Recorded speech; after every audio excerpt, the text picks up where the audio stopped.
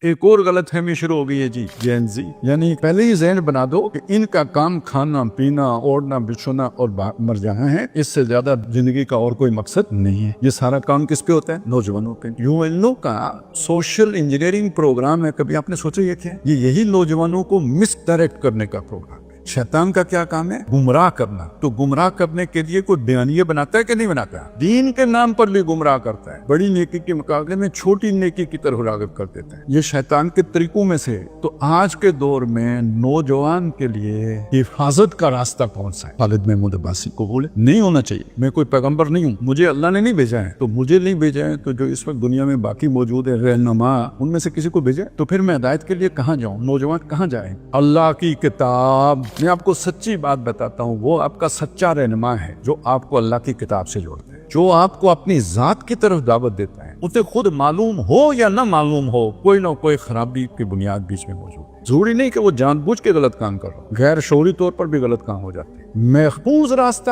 اللہ کی کتاب ہے۔ سورہ آل عمران میں اللہ نے فرمایا وَمَن يَعْتَصِم بِاللَّهِ، جو اللہ سے چمٹ گیا، فَقَدْ هُدِيَ إِلَىٰ صِرَاطٍ مُسْتَقِيم، وہ سیدھی راہ پر گامزن کر دیا گیا۔ ایک تو اس میں پرفیکشن ہے، یعنی کوئی فعل پرفیکٹلی پایا تکمیل کو پہنچ گیا، یعنی وہ ہدایت اسے مل گئی، اس نے خود اچیو نہیں کی، ہم نے اسے دے دی۔ تو اللہ سے کیسے چمٹے؟ ایک آیت کے بعد آ گیا وَاعْتَصِمُوا بِحَبْلِ اللَّهِ، اللہ سے چمٹنے کا مطلب ہے اللہ کی رسی سے چمٹو، اور حدیث میں واضح کر دیا گیا کہ اللہ کی رسی اللہ کی کتاب ہے۔ هُوَ حَبْلُ اللَّهِ الْمَتِينُ، یہ اللہ کی مضبوط رسی ہے، قرآن مجید۔ مَمْدُودٌ مِّنَ السَّمَاءِ إِلَى الْأَرْضِ، آسمان سے لے کے زمین تک یہ تنی ہوئی ہے۔ طَرَفُهُ بِأَيْدِيكُمْ، اس کا ایک سرا تمہارے ہاتھوں میں ہے، وَطَرَفُهُ بِيَدِ اللَّهِ، اور دوسرا سرا اللہ کے ہاتھ میں۔ تو اللہ سے جڑنے کا طریقہ کیا ہوا پھر؟ جو اللہ سے جڑی رسی آ رہی ہے اسے پکڑ لو، اور حدیث میں پتہ ہے کیا الفاظ ہیں؟ مَنِ ابْتَغَى الْهُدَىٰ فِي غَيْرِهِ، جس نے ہدایت تلاش کی اس قرآن کے علاوہ کہیں اور سے، اَضَلَّهُ اللَّهُ، اس کو اللہ گمراہ کرے گا۔ جو قرآن کی طرف آئے گا اسے ہدایت کون دے گا؟ اللہ۔ اور جو قرآن سے ہٹ کر کسی کے پاس ہدایت کی تلاش میں جائے گا اسے گمراہ کون کرے گا؟ اللہ۔ تو نوجوانوں کا مجھے بتائیں اس مخلص خیر خواہ رہنما کون ہے جو انہیں اپنی ذات سے جوڑے، اپنا فعل بنائے، یا جو اللہ کا فعل بنائے، جو اللہ کی کتاب کا فالوور بنائے؟ یہ آپ کا سچا رہنما ہے۔ اس سے